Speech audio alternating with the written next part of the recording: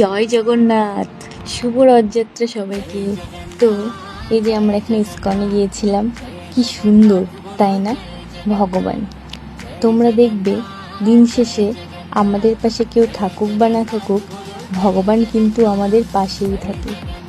আমাদের কথা কেউ শুনুক বা না শুনুক, ভগবান কিন্তু আমাদের সব কথা শুনে, তাই না?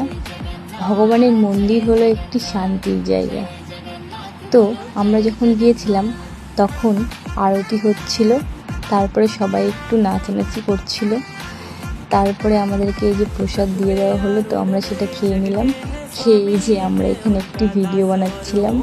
তারপরে জগন্নাথকে রথে তোলা হচ্ছিল মাসির বাড়ি নিয়ে যাওয়ার জন্য।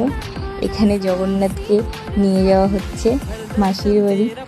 তারপর বাড়ি এসে দেখি বাবা ভোগ নিয়ে এসেছে, সেটি খেয়েই ঘুমিয়ে পড়লাম।